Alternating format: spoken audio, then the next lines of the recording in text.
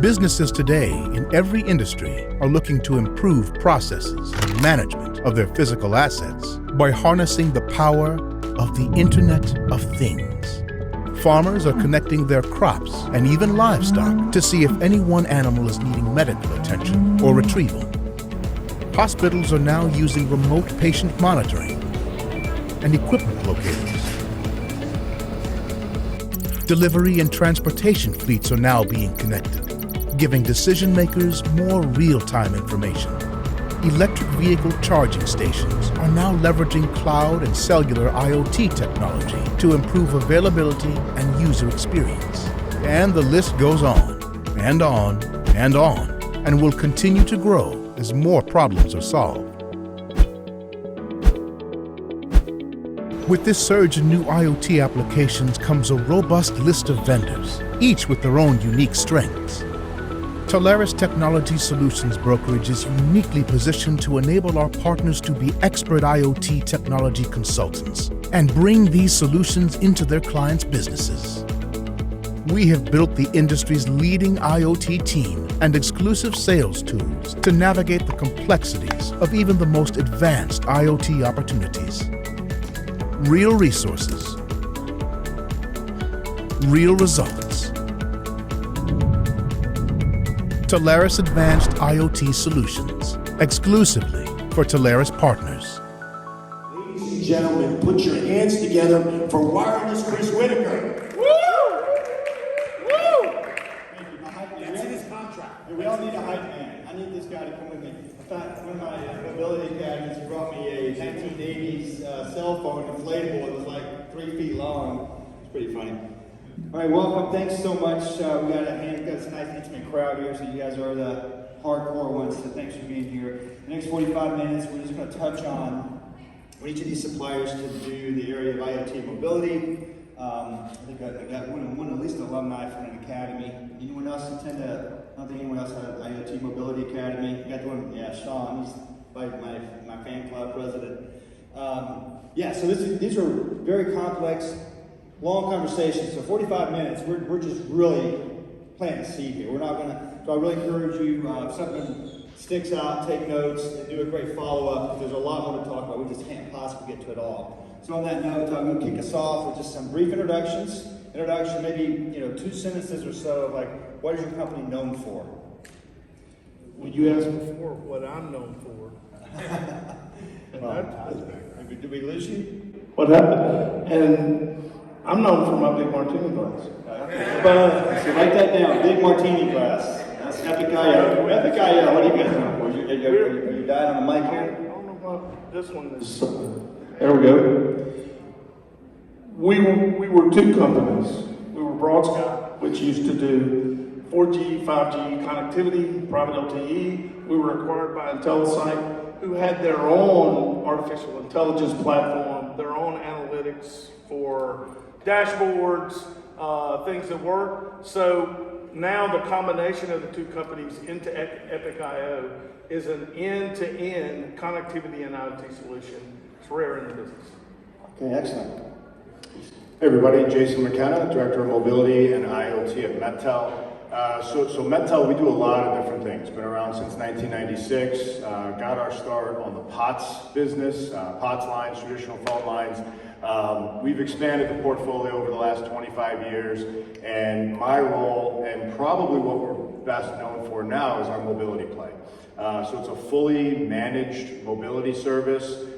We bring in the carrier services, so we can provide services from AT&T, Verizon, T-Mobile, and it's really soup to nuts, A to Z. So we provide the devices, Apple devices, Samsung, Cradlepoint, you name it, we have it. Anything that has an LTE connection, we can provide, and then we manage everything on the back end. So full customer service, we manage the experience, the data services, procurement. We'll certainly kind of dig into what all that means. But the main thing is we get the customers out of the direct carrier space, save them money, and make a much easier experience for them moving forward.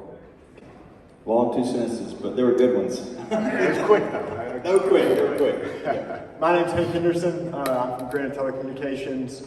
I was previously a senior mobility specialist. I'm now a client development manager in the channel. My intro is going to sound very similar to Jason's intro.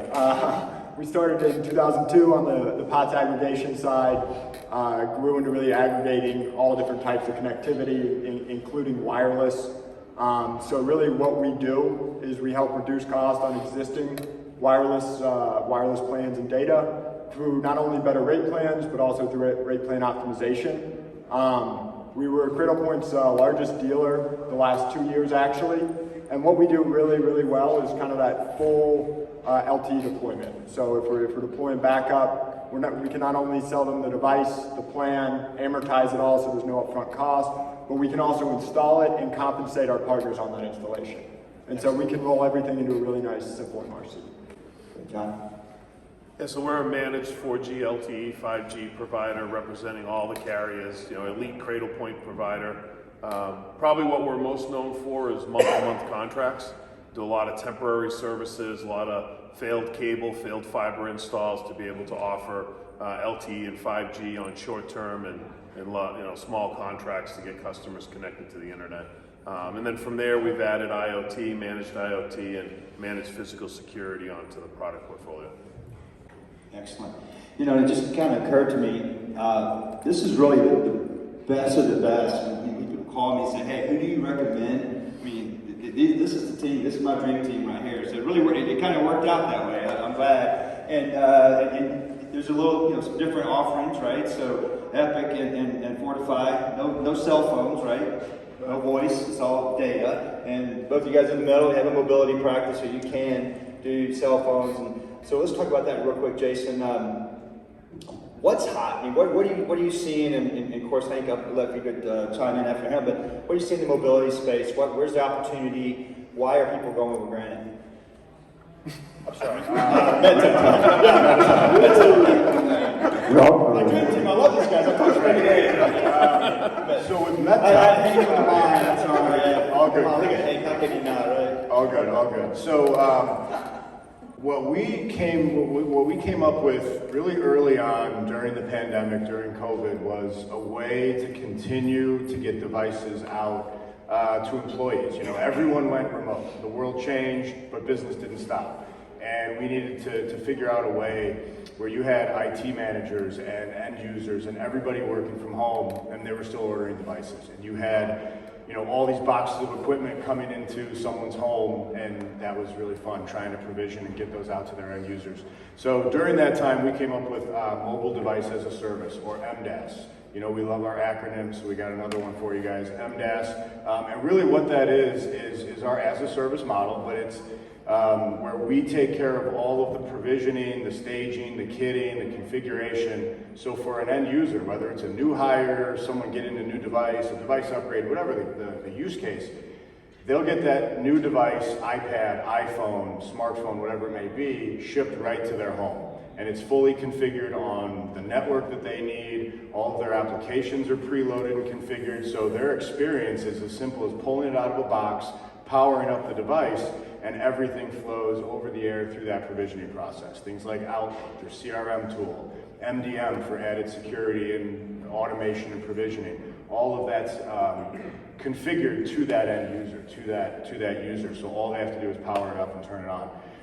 That thing is still probably the hottest thing for us to talk about. Even though people have gone back into the office and we're back into some, sense of normalcy, this is now something we can take off of IT's plate. What we found coming out of the pandemic was smaller IT staffs, companies continuing to focus on cutting costs, so we can come in there, leverage our wholesale carrier rates and drive that cost savings down, but then also take these things off of IT's plate to help to automate that process of getting devices in hands. Thank you. Yeah, absolutely. So one of the things... Hank from MetTel. Hank from Granite. So you guys have new jobs, I didn't tell you. No, so one of the things that's been really, really hot for us lately, and we've seen a lot of, is data conversions on Verizon. So about a year and a half ago, we acquired Epic with a K, a POTS replacement product. For 20 years, we've been reselling Verizon. So for the first time ever, Verizon's actually reselling that as their POTS replacement strategy. And as part of that negotiation, we were able to lock in TYS, or transfer your service agreements, with Verizon for the next 4 years. And so what that enables us to do is go into customers with existing Verizon data connections in the field. And it's important here, mobile versus M2M. So really anything that's not a smartphone, we're able to convert seamlessly, no downtime, no bill change, no TNs change. It's really just a back-end billing swap, and take a service that wasn't revenue generating from a partner today, because it might have been direct with the carrier, and start paying that partner on it monthly.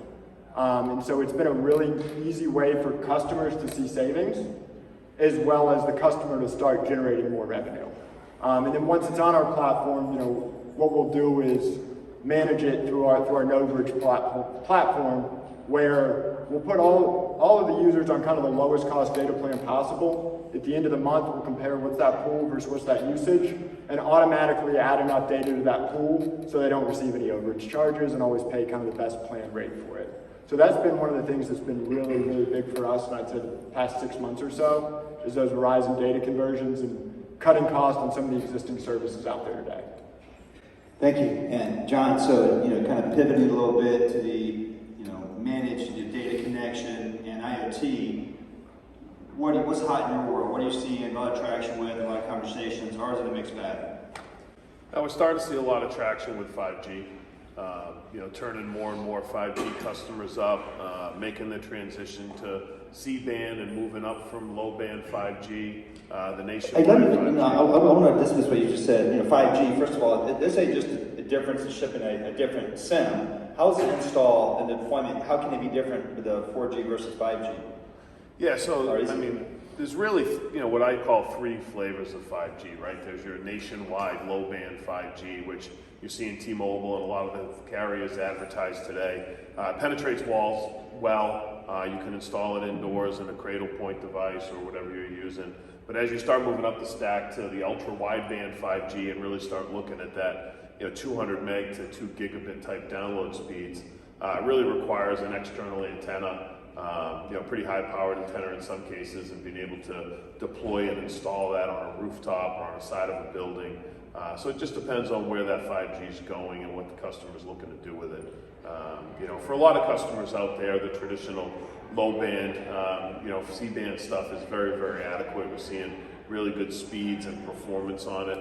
It's just trying to figure out where it's available and how quickly it's available, right? We've got a lot of multi-site customers that want to understand what that LTE to 5G transition looks like. And the ability to be able to offer them a clear migration path has been huge. Just to add on to that, we're seeing a lot of that too in proactively deploying 5G.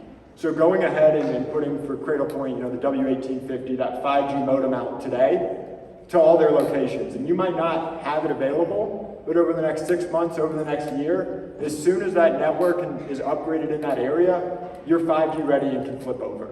So that's been a lot of where we've had success too, is saying, hey, you're not gonna have it at all your sites today, you might not even have it at any sites, but you'd rather put a device out in the field that can be good for the next 3 to 5 years and have that 5G signal rather than put a 4G LTE device you're gonna have to rip out into it. Real quick, hot IoT solution. Is there one, or is it? Yeah, there's been a few hot IoT solutions lately, right? All of them driven by by compliance, right? I'd say probably the hottest one right now is panic buttons in the hospitality industry. We're doing a ton of Marriott and Hilton properties where we're going out and installing these panic buttons for all the hotel staff to be able to one, if there's an issue, they can hit their panic button, but 2, also give them a better 2-way communication device to be able to communicate throughout the property. A bunch of states have pushed off their compliance requirements because of the pandemic, but now a lot of them are pushing back, and even Marriott and Hilton are pushing back on their franchises to have these solutions in place before the next 2 years. That's right. All right, same question for you, Todd. Then, so what's hot? I guess on that legacy, Broad Sky now, Epic IO, and then hot IoT. Sure. My addition would be the same here, except as you're talking about the 5G deployments, we're selling a lot of 5G knowing that it may or may not be there because the data is hard to come by. But if you sell a router that reverts to a Cat 20 router, you get pretty doggone good throughput in the meantime until the 5G signal comes in. So it's really important that you help educate your customers that that capability is there, improving from the base routers that we were using at some pretty good cost points. On the IoT side, Chris, you know, we talk a lot. It's such a vast and complex field. Is it my Nest thermostat? Yes. Is it my tracking and fleet management? Is it IoT and manufacturing? Yes, it's all those things.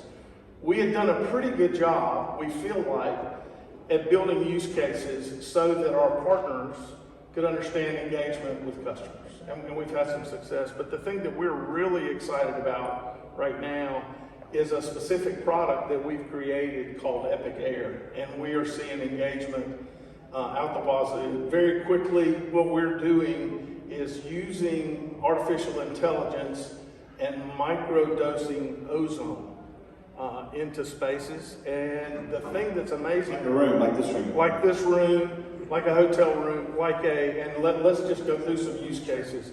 Really works well for food, so in a refrigerated truck or a shipping container, in a walk-in cooler in a restaurant. There are tons of applications in the food service industry. And then you start talking about healthcare, infusion centers where they really need to be clean environments. They have positive, negative air. This helps clean it further. Examination rooms and minute clinics, running this overnight. Because what we're doing is we're microdosing at about 1 part per million ozone. So it's not nearly as caustic or dangerous, but it gets every surface that it can come in contact with. You've seen like blue light, which works, but blue light's not going to get under your tablet if the light doesn't hit it. It doesn't decontaminate. We're also seeing this, we've signed up a couple of universities where they've had wrestling teams with MRSA outbreaks already. This stuff works, it kills. We've got some patents applied to it. We've seen one potential competitor in the space, so we think it's a differentiator. We think that partners can easily see the use cases and take it straight to their customers, and also maybe shorten sales cycles, because we know the IoT takes a little while to build from ground zero. Absolutely. Quick pause. Any questions? Any thoughts? I'm going back here. I'm recording this, so I'm going to hopefully get you this mic here so we can capture your beautiful voice. So we're hearing a lot about IoT out there. Are you guys developing products based upon customers' requests, or are you developing products trying to pitch out to customers? If you're asking me, I'm asking everybody. yeah, so I'll go first and I'll go quick. IoT is really a solution sell. So we need to know what the outcome, as my man on Wireless Wednesday often says, we need to focus on outcomes instead of a product. So a lot of it's custom. I think we now offer the best of both worlds in that we'll certainly do the custom things or the add-ons, but what we really like to do is find one problem and solve it, and then an IoT platform can add layer of sensor at a reasonable cost. So that's what we try to do. That's my answer. Yeah, and I would agree with, oh, sorry. I would say where we focus at MetTel isn't necessarily building it out. It's such a broad topic, right? We could be talking cradle point devices, or we could be talking, you know, custom sensors monitoring something, right? So you're monitoring. Where we focus is the connectivity piece. So getting that from the machine back to a dashboard so that they can start digesting the data and the information. So we have the MetTel Single SIM, IoT Smart SIM. It's got a million different names. The idea behind it is you have one SIM card that goes into the device, and it will connect, it'll auto-connect to literally any network. It's a global SIM card. Over 650 networks can access this SIM card. So we're trying to solve for getting from point A to point B. And certainly we have productized certain things around fleet and package tracking and telehealth and things like that. But to try and tackle every specific project, you know, that's where you can start to talk about these sales cycles that can go into 1, 2, 3 years. So we'll focus on what we do well, and that's the connectivity. Don't you guys also have fleet or asset tracking We do. We do. So we have sensors and hardware involved? Absolutely. We have a white label fleet tracking, so we have the black box, we have cameras and intelligence monitoring driver behavior, advanced package tracking, things like that. So that's what we have productized certain pieces of IoT. But outside of that, it's really the connectivity that we're And focused so before we go to John, just I think there's two ways you classify IoT. It's you either buy it, meaning off the shelf, quasi, or build it. Yeah, so the building part, that's a longer cycle, need a lot of due diligence, a lot of data, can really drive out. About 60% of those build it models even make it to market. We're starting to get better in that stat. But John, what say you, what's your approach? Yeah, absolutely. I think when it comes to compliance, right, in certain industries, we'll build solutions to meet those requirements and push them down. But a lot of times it's understanding the customer application, right? One of the other big hot ones we're doing right now is our air quality sensors for high school bathrooms that do vape detection, and be able to tie a security camera outside the bathroom to that. So when the vape detector goes off, we can provide video footage of who went in the bathroom 5 minutes before and 5 minutes after, right? And then it's taking that solution for one specific high school and then selling it across and recognizing who it would apply to after that. But that's kind of the model we take, is looking at a specific customer application and how to solve those problems. I know how we can work together. You sell the vape detection, but I'll get you to pass out flyers for Epic Air. We get the kids to pool their money so the vape detector doesn't go off. I love it. I like that creative marketing there. Any other questions back here? Good. Back to mobility real quick. We'll flip back to that. So you have kind of two options. You know, if you're an end user with 100 plus devices, you can go straight to one of the carriers and hope you get a good deal, and they'll ship you a phone with a SIM in it.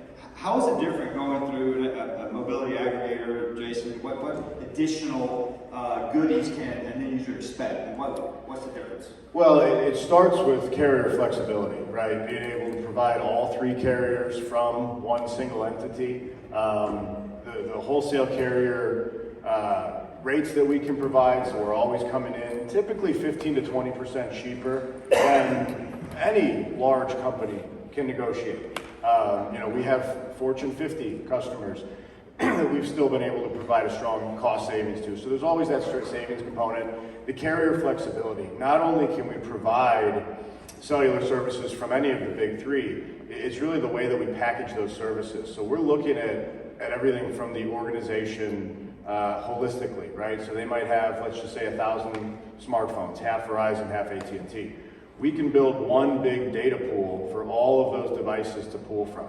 We call it cross-carrier pooling, which allows them to often get away from unlimited plans. The carriers are going to push the unlimited plans.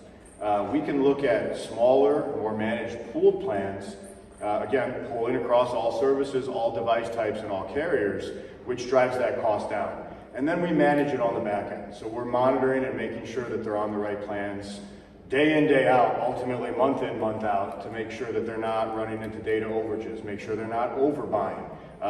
We offer unlimited plans as well. There might be certain subsets of users within the organization that need unlimited plans, but we don't want to just blanket the account. They're going to be leaving money on the table. It's not cost effective. You have the element of throttling and things like that. So it's a much better user experience. And then I won't go over MDAS again, but that's a huge value add. Getting IT out of the mix. You know, we've been in conference rooms where we've seen their setup. It's a room like this, and they have boxes all across the desks, plugged in, updating software, programming devices. We'll give our pitch, and we're talking savings and consolidation and all of this. And I've had customers get stuck on simply ordering devices, and they say, your slide says you ship same day. Is that a typo? How do you do that? So we'll do custom configuration, staging and kitting, and we're still shipping same day. That meeting I'm referencing, the woman that was running procurement said that they have orders that have been sitting in the queue with Verizon for over 2 weeks, with no notes, with no updates as to when they're going out. So sometimes it's the little things, And this is a MetTel facility with your employees, It is. So it started as a 40,000 square foot warehouse. We've expanded. It's over 80,000 now. So this is where we stock, millions and millions of dollars of Apple and Samsung and Cradlepoint inventory. And then we have an assembly line where they're configuring the devices, enrolling in the MDM applications, provisioning, getting the custom accessory bundles, and then it drops off in the shipping box and it ships out via FedEx the same day. Anything to add to that? Yeah, absolutely. One thing to kind of touch on that he mentioned was that in my previous position, I actually did a lot of the number crunching on wireless accounts. And it's really interesting. What I found was about 3 to 5% of the users on an account do 40 to 70% of the data on the account. The majority of business users are lower end users, and then you have a handful of people that do the majority of the data. And so having the flexibility and the plans to be able to manage that so they can get that best per gig rate is one of the things that we do really well. And the other thing is when you talk about mobility, you talk about wireless, nothing is ever on the same contract end date. Because when you upgraded that phone or when they purchased that phone, each individual line has its own contract end date. And so one of the things that we do is we'll do a full analysis. We'll show here's what's out of contract, here's what's under a year, and here's what's probably going to be in phase 2. And then we can help manage those devices in phase 2. And sometimes there are situations where it doesn't make sense to maybe bring the Verizon smartphones over to Granite, but we can offer them consolidated billing and support and manage those lines for them while bringing over maybe the tablets and data devices to show them cost savings. So a lot of it is really just helping get customers' arms around mobility. Because when you're dealing with 3 different carriers with 3 different coverage maps, it can be really complex to really get your arms around. And Chris, I was going to add, even from our machine-to-machine type of cellular data that we talk about, right? We probably don't win a lot of deals from each other, right? The business we win all comes from the carriers. Because the carriers just don't manage the customers the way that they should. I probably get a call a day from a customer who had a very unpleasant experience where they got a huge overage bill. They weren't being managed properly, and the carrier told them, tough, pay it, right? And that's all they get. And every customer, whether they're multi-location or multiple employees, probably one carrier can only cover 70% max of their usable locations or users. And having that ability to be able to go out and offer multiple carriers, pool together under one plan, manage all your overages and do all your alerts to make sure you're maximizing your uptime, that's a huge advantage of what all of us can offer against going to a direct carrier. And one thing to add to that as well is on the deployment side. So, if you're doing cradle points, if you're doing routers, most of these devices today are dual SIM. So if they're going direct to a carrier to procure those, most of the time you're only getting one carrier in that device, where if you come to a company like Granite, MetTel, Epic. When can I get a dual SIM iPhone? Tomorrow. I got one in my bag. No, but really, it makes the deployment a lot easier because you can deploy with 2 carriers and really test once on site and figure out what's going to be the fastest, best carrier and utilize that. So it can make the deployment a lot easier working with companies that have agreements with all of the different providers. Very good. Any other questions so far? Any other thoughts? You're good with tracking? So let's talk about cell support, sales cycle, discovery questions. Help me, and we'll start with you, Todd. What kind of support can a partner that's never sold IoT or wireless backup, what does the support look like and the sales cycle look like? How do you handle that? That's a great question, and this year's seen dramatic improvement in the way Epic IO supports. We brought Skylar Stewart and Jessica Marin is right back here as IoT support folks. She's my peer, but she lets me keep engagements, and she's walking through requirements, pricing, the other things, and they're spending time learning, so they're smarter on the IoT side than us. So we've got great resources. We've got the engineers. Now, when it comes to the cycle, it can go fast, it can go slow. We were talking to some folks this morning. All they really want to do is monitor temperature in refrigerators and freezers for vaccines and infusions that they want to do. That's really easy. We're going to put a sensor in, we'll put a gateway in to send the data out, build them a dashboard. we'll probably have them a price within 4 or 5 days that they can choose from.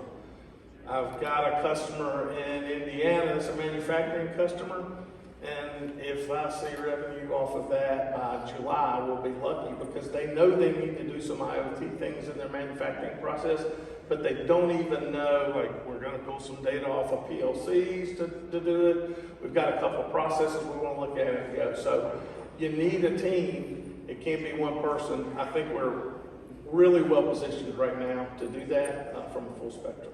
And then the other, one last thing, because I've got to keep harping back on the Epic Air. That is literally talking to someone. They may want to do like some kind of try and buy. Imagine this. What we'll do is let you put your dirty hands in 2 Petri dishes.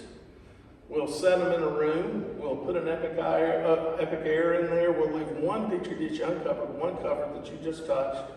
We'll let it run overnight. Then we'll put the lid on those. We'll wait about 7 to 10 days because you got to let the bacteria grow a little bit. And then we'll let them try and buy it. They can be up and running very quickly. So there you go. Jason, how about you? Sure. Yeah, so it all starts generally with an analysis or an audit. So we're collecting all the billing from all of their carriers. And when you say billing, 1 month, 2 months, does it matter? It's typically 1 month, and if they have a lot of fluctuation, if you're dealing with a company that's seasonal, we'll probably want to look at 3 months. But I would say the majority of the time we're looking at 1 month of billing. We want to look at contracts. So in the proposal, analysis, audit, whatever you want to call it, we're always driving towards cost savings. We'll typically put together a couple different proposals because we haven't spoken to the customer yet, right? We know they want to save money and they want to improve efficiencies. Other than that, we don't really know.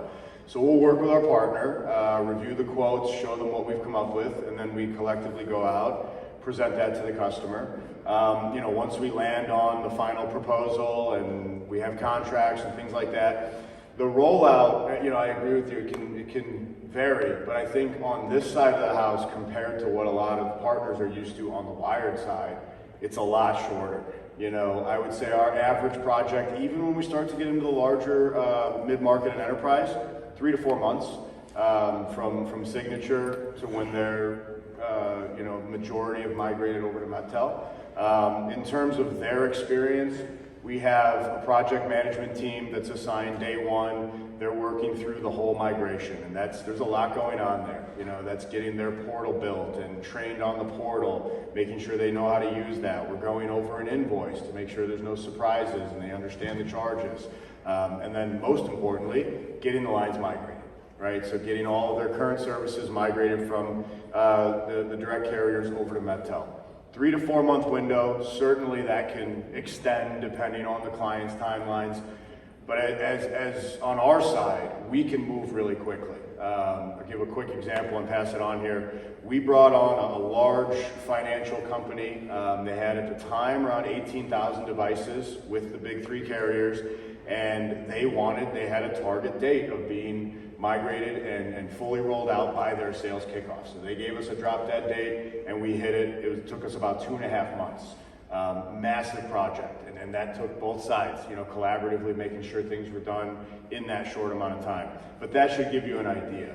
We can do this in 60 to 90 days, and the customers are obviously, it's in everyone's best interest. You're realizing those cost savings the quickly you get everything migrated over.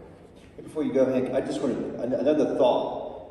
Some of the room, I thought it was kind of half the room has sold some kind of mobility, the other half hasn't. But when you look at what you can sell, a lot of the connectivity, fiber, coax rates, revenues declining, everyone's focusing on either UCaaS or CCaaS or cyber. I tell you, going in on the mobility question or the IoT question or what kind of efficiencies and effectiveness problems you're trying to solve, this is really a kind of a unique way of approaching mid-size and enterprise businesses about that part. Just go, Chris, I just don't sell enough Fortune 1000 or 500. I'm like, why? I don't think I have anything to offer them. Of course, yeah, sometimes getting in the door is tough, but using your network and there's ways to do it. We can help with that. But this is a unique way of expanding and increasing your revenue with a new revenue stream that you're just kind of let someone else go sell, right? So yeah, finish this up here, Hank, and we'll go to John on that same topic of enablement and support and sales cycle. What does it look like? Yeah, absolutely. So, there's two kind of two types of opportunities we really fall into. One, they have existing service today, or two, they're looking for new service. On the existing service side, we'll have them pull 4 or 5 reports out of their carrier portal. That gives us device information, it gives us usage, it gives us TNs, it really gives us the nuts and bolts of the account. What we'll do is we'll put it through our CAS team, cost analysis and savings team, very creative, I know. Oh, of course. And what they'll do is they'll put together a proposal. And typically they'll do a phase 1 and phase 2. So, phase 1 is what we can bring over right away. Phase 2 is typically a year longer in contract. So, we'll work with the customer, we'll go through the proposal. For instance, if it's Verizon, and we'll convert the data devices pretty much within about a week or 2 of signature. Once we get the signed LOA and we get the signed TYS form, which is just 1 page, it takes between a week to 2 weeks. Verizon just moves it over on the back end. So those happen very quickly. If we're doing SIM swaps, things like that, we really tend to go with the pace of the customer. It will be fully project managed by a project manager on our side. They'll have a premier account rep to really hold their hand throughout the whole process. But it can be, on the Verizon data side very quickly. On the SIM swap side, typically about at the pace the customer will let us. We can ship SIMs to everybody and do them all in a week, but typically the customer's, not that keen to do that. And then on new orders, for instance, we just, and that Verizon stuff, we can do anywhere from a 100 line conversion to a 7,000 line conversion, and both take about the same period of time. We see about 18 to 40% savings generally on that. And then anytime on new service, it's about as quickly as we can get SIMs in their hands, we can turn it up. We did 1,000 IoT 5 meg plans for a medical device IoT company, and from signature to turn up, it was a week. We had 1,000 SIMs lit up, so very quickly. Yeah, for us, especially on the cradle point side, we usually turn quotes around within the hour during business hours. We can verify, which carrier is the best and put the plans in front of them. From a turn-up perspective, orders we receive today ship tomorrow. We turn most of our customers up within 48 hours on the internet side. Which is really, it's important, right? For a lot of customers are in a dire need in a lot of cases to get it up and running in a temporary fashion, but we can turn that around pretty quickly. We've done some in less than 24 hours before. For the IoT stuff, it takes a little bit to understand the application piece. You're talking, anywhere from a week to a couple months, depending on what the application is and the deployment from that perspective. Excellent. And before I go to my next question, just one more thing I wanted to point out. First of all, I got a special guest here, CEO of For2Fi, right? That's cool. Andy's always here. And I've been to the Granite headquarters. Granite's got a nice team here as well. Man, sharp work. All these are really, when I say they're best in class, I'm not kidding. I've been to each of their headquarters. I've met each of their leadership teams. They got them on speed dial. And great technology is great technology, but if you don't have a channel-friendly organization, that's kind of a non-starter, right? That's a problem for us. And do things go wrong? Have you guys had problems? Have things gone wrong? Have people got upset? This is telecom. It happens. But if the ball's fumbled, what's the next thing you're looking for? Who's going to recover the darn ball and run it? I've had great experience with each of these companies that, the ball gets fumbled sometimes, for whatever reason. It's all in the recovery, right? So, so take us home. Last words. What did we not touch on that you want to make sure our partners know about Epic IO? Great question. I'm known for those. You are. That's the second time you said that. Well, just like flattering. It works. Thank you. Full service makes a difference. I ended up talking a lot today about the IoT aspect because that's where we're coming from. But my good frenemies, we call them at For2Fi, we feel like we're competitive there as well. We can do some creative things with SD-WAN and some things that Peplink does that a lot of people aren't doing to make unbreakable internet. There are myriad options, and I think everybody would say the pace of change and the availability of options that we have change almost on a monthly or quarterly basis. Pricing's changing. So if you're wanting to get into this space, It's not a huge investment relative to everything else that you might have to do.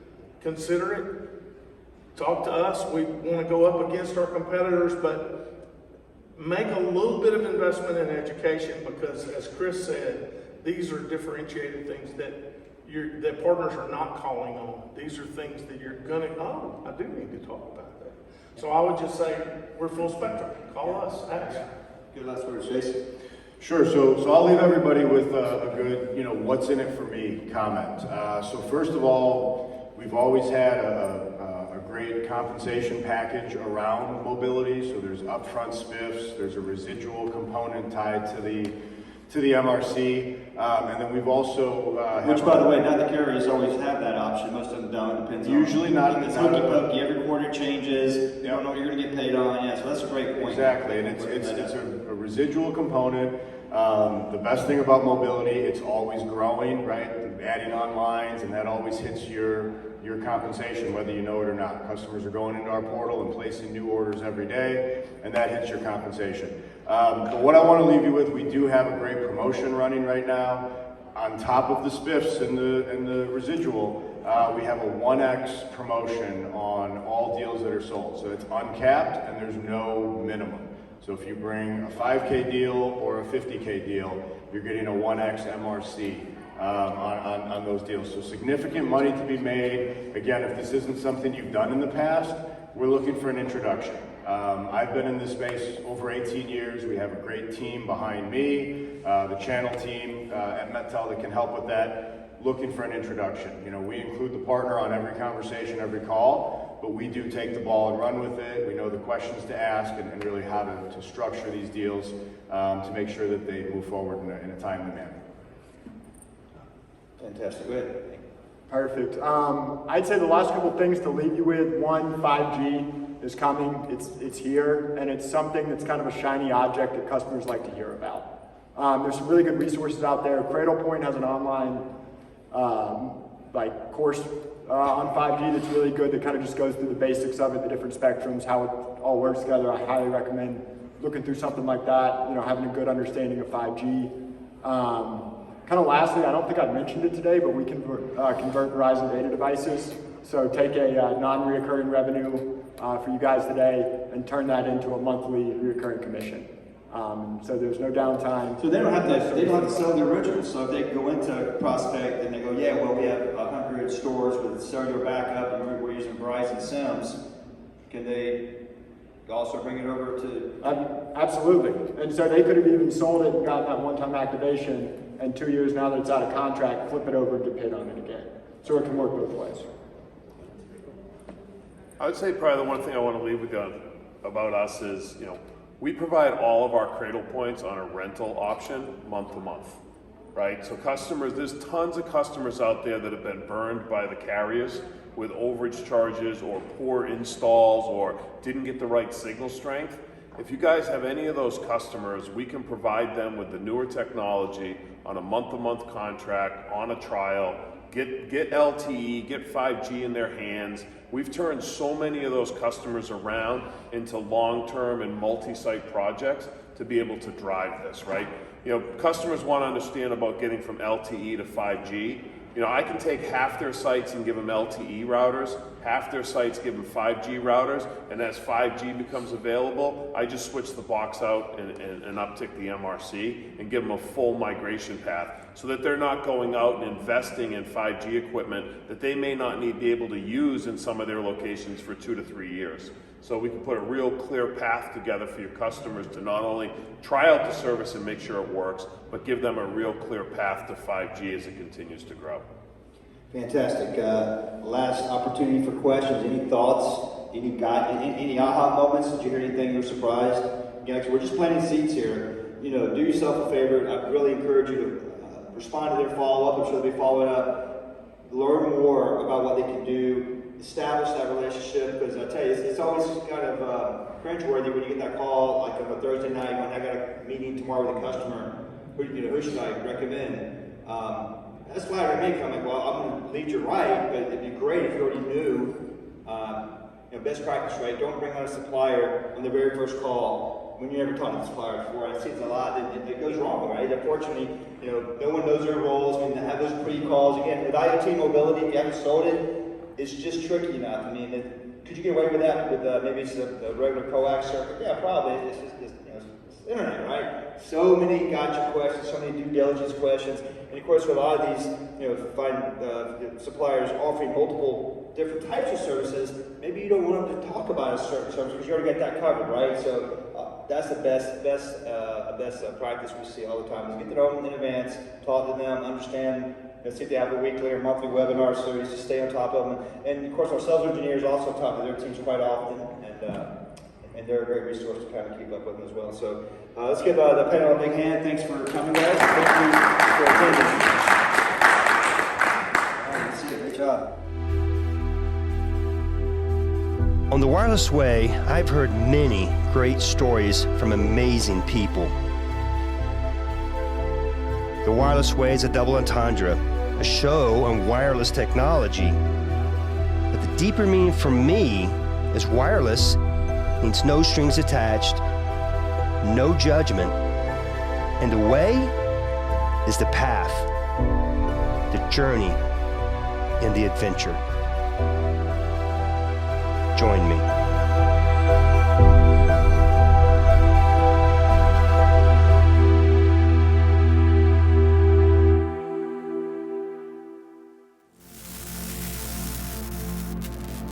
In today's world, businesses are moving vital applications to the cloud, where they depend on that always-on, anywhere access over secure and dependable wireless connections. In fact, 75% of the U.S. workforce use their personal cell phones for work. This number continues to grow as users report productivity increases of over 35%. The most competitive businesses today run on wireless.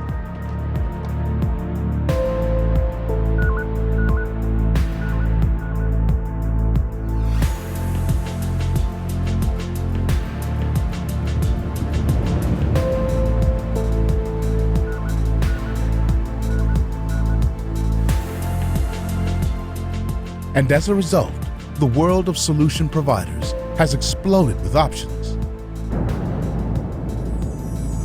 Technology is advancing at light speed. Your customers have options and combinations never before available, and they need expert help to sort through the complexity to put their organization on the right trajectory. Telarus Technology Solutions Brokerage is uniquely positioned to enable our partners to be an expert-wide technology consultant. We've assembled the top minds in the wireless space, built the smartest tools, offered tailored education, and have crafted the most intentional vendor portfolio, all with our partners' needs in center focus.